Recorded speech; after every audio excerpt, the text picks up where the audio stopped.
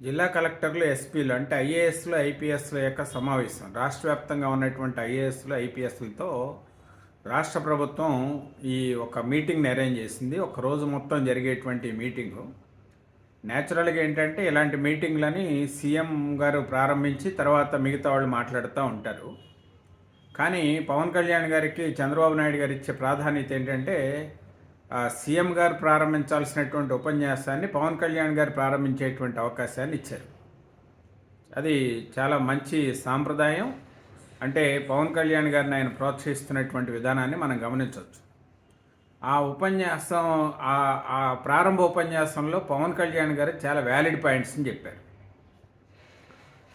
ఏమేం చేయాలి కలెక్టర్లు అనేటువంటి దాంట్లో ప్రధానంగా ఆయన ప్రస్తావించిన విషయం రాజ్యాంగ వ్యవస్థలను బలోపేతం చేయాలి.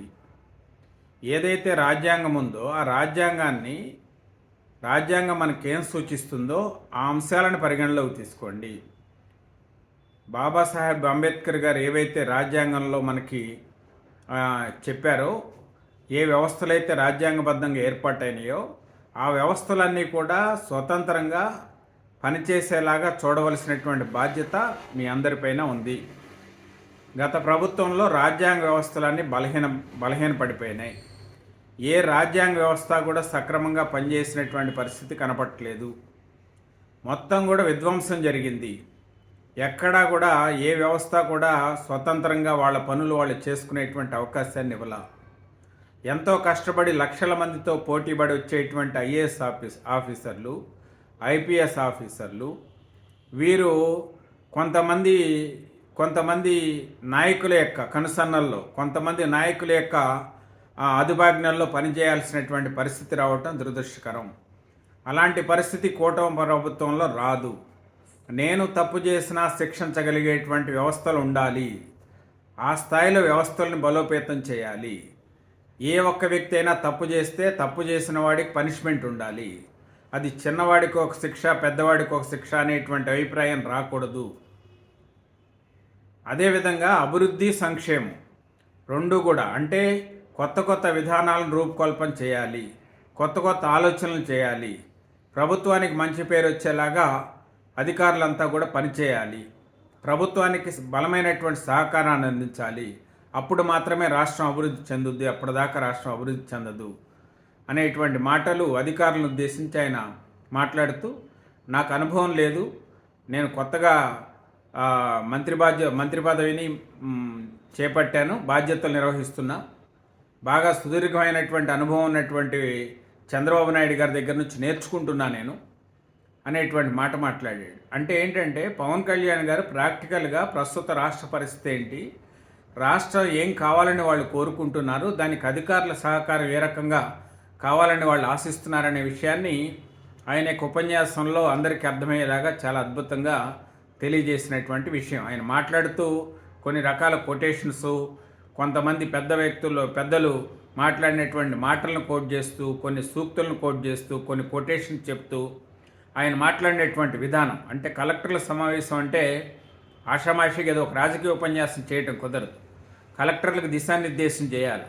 ప్రభుత్వం యొక్క విధి విధానాలు ఏంటో వాళ్ళకి చెప్పాలి. దాన్ని ఎలా ముందుకు తీసుకుపోవాలనే విషయాన్ని కూడా చెప్పాలి. ప్రజలకి ప్రభుత్వానికి మధ్య అంతరం లేకుండా మరి చేయాల్సినటువంటి బాధ్యత అంటే అటు ప్రజలకి ఇటు ప్రభుత్వానికి మధ్య వారధిగా అధికారులు పనిచేస్తూ ఉంటారు. కలెక్టర్లు కానీ, ఎస్పీలు కానీ వాళ్ళ యొక్క సేవలు అనేది ప్రభుత్వానికి చాలా అవసరం. వాళ్ళు సక్రమంగా వాళ్ళ యొక్క విధులు నిర్వర్తించి వాళ్ళు ప్రజలకు న్యాయం చేస్తేనే ప్రభుత్వానికి మంచి పేరు వస్తుంది. కాబట్టి ఏంటంటే ఆ విషయం పైన వాళ్ళని అడ్రస్ చేసే విషయంలో చాలా బ్యాలెన్స్డ్గా అధికారులు ఎక్కడ ఎలాంటి ప్రలోభాలకు లొంగకుండా, ఎలాంటి భయం లేకుండా, ఎలాంటి పక్షపాతం లేకుండా నిష్పక్షపాతంగా స్వేచ్ఛగా పనిచేయాలి, ప్రభుత్వానికి మంచి పేరు రావాలి అని ఆయన సూచించినటువంటి విధానం. ఏదేమైనప్పటికీ ఏంటంటే పవన్ కళ్యాణ్ గారు ఒక భిన్నమైనటువంటి శైలి, ఒక భిన్నమైనటువంటి రాజకీయ వాదం, ఒక భిన్నమైనటువంటి రాజకీయ వాతావరణం కావాలని కోరుకుంటున్నటువంటి వ్యక్తి.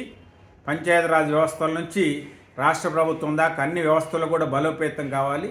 అన్నీ కూడా ఎవరు ఒకళ్ళపైన ఒకళ్ళు ఆధారపడకుండా ఎవరి అధికారాలని, విధుల్ని వాళ్ళు నిర్వర్తించుకుంటూ బలంగా పనిచేయాలని చెప్పి ఆయన యొక్క కోరికని కలెక్టర్ల సమావేశంలో వెల్లడించినటువంటి వైనం చాలా అద్భుతమైనటువంటి ప్రసంగం అని నాకు అనిపించింది. ఏదేమైనప్పటికీ ఏంటంటే ఒక బలమైనటువంటి నాయకుడు ఈ రాష్ట్రానికి దొరికాడు. ఒక బలమైనటువంటి భావజాలం ఉన్నటువంటి ఒక వ్యక్తి, ఆయన యొక్క ఆలోచనలు, ఆయన యొక్క భావాలు నిజంగా రాష్ట్రాభివృద్ధికి ఎంతగానో తోడ్పడతాయని మనం భావించవచ్చు.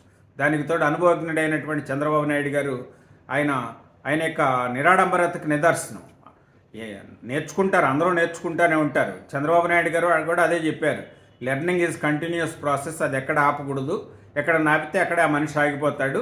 పవన్ కళ్యాణ్ గారు ఆ మాట మాట్లాడటం అనేది ఆయనే కాదు, నేనే కాదు, ఎవరైనా సరే నిరంతరం నేర్చుకోవాల్సిందే అని చెప్పి ఆయన మాట్లాడినటువంటి వైనం కూడా గమనించవచ్చు. అంటే లెర్నింగ్ అనేది కంటిన్యూస్ ప్రాసెస్. ఆయన కూడా, పవన్ కళ్యాణ్ గారు కూడా నేర్చుకుంటున్నారు. కానీ ఆ విషయాన్ని ఆయన యొక్క సింప్లిసిటీకి నిదర్శనం. ఒక బలమైనటువంటి నాయకుడి నాయకత్వంలో మేము పనిచేస్తున్నాం, మాకు ఎలాంటి మొహమాటాలు లేవు, ఆయన సీనియర్ నాయకుడు, ఆయన కింద మేము పనిచేస్తున్నాం అని చెప్తున్నటువంటి మాటలు. ఎందుకంటే నాయకులు కొంత భేషజాలు ఉంటాయి, కొంత హిపోక్రటిక్గా ఉంటారు.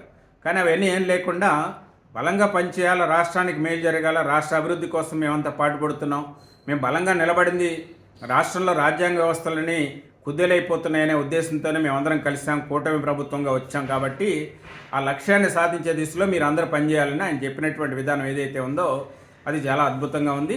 మంచి ఉపన్యాసం ఇచ్చారని మనం భావించాం.